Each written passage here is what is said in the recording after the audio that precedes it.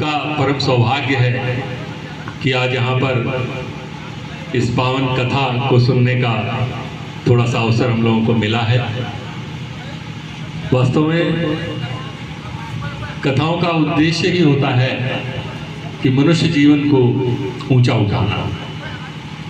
अभी व्यास जी कह भी रहे थे कि प्रेम का विस्तार हो हमारे जीवन में तो ही मनुष्य जीवन की सार्थकता है। परमात्मा को कहा भी गया है रसो वै सह। परमात्मा कैसा है? वो रस युक्त है। रस यानी कि प्रेम, सहानुभूति, सेवा। तो हमारे जीवन में भी यदि ये सारी चीजें आ जाती हैं तो ही हमारा मनुष्य जीवन सार्थक होता हुआ चला जाता है। कहीं पे नीतिकार ने कहा भी है, ये शाम न विद्या न तपो न दानम ज्ञानम न शीलम न गुणो न धर्म ते मर्त्य लोके भूवि भार भूता मनुष्य रूपेण मृगाश्चरन्ति।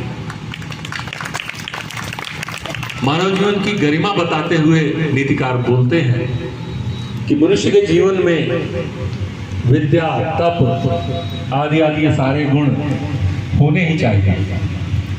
और अगर गुणवान नहीं है मनुष्य तो फिर इस मृत्यु लोक में शरीर तो अवश्य मनुष्य का है, लेकिन मनुष्य रूपेण मृगाश्चरन्ति। मनुष्य के रूप में वो शरीर तो आकृति तो मनुष्य की है, लेकिन उसका जीवन पशुवत ही है। तो इसलिए हमारा आपका सबका ये परम सौभाग्य है कि इस अमृतमयी कथा के माध्यम से हम अपने जीवन में प्रेम का विस्तार करें, आत्मीयता का विस्तार करें और रस युक्त हमारा जीवन हो। एक दूसरे के प्रति प्रेम और सहयोग का जीवन हम बिताते रहें, ताकि हमारा ये जो समाज है ये अच्छा बन सके।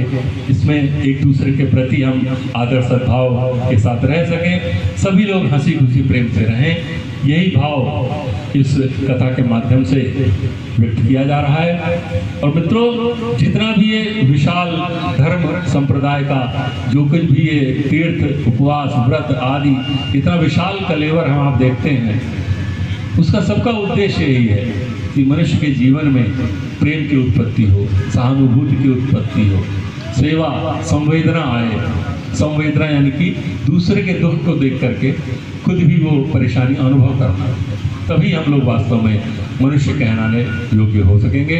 भगवान करे हमारे सबके जीवन में वो प्रेम, वो सहयोग, वो संवेदना का भाव विकसित हो। यही हमारी कामना रहेगी। बहुत बहुत धन्यवाद।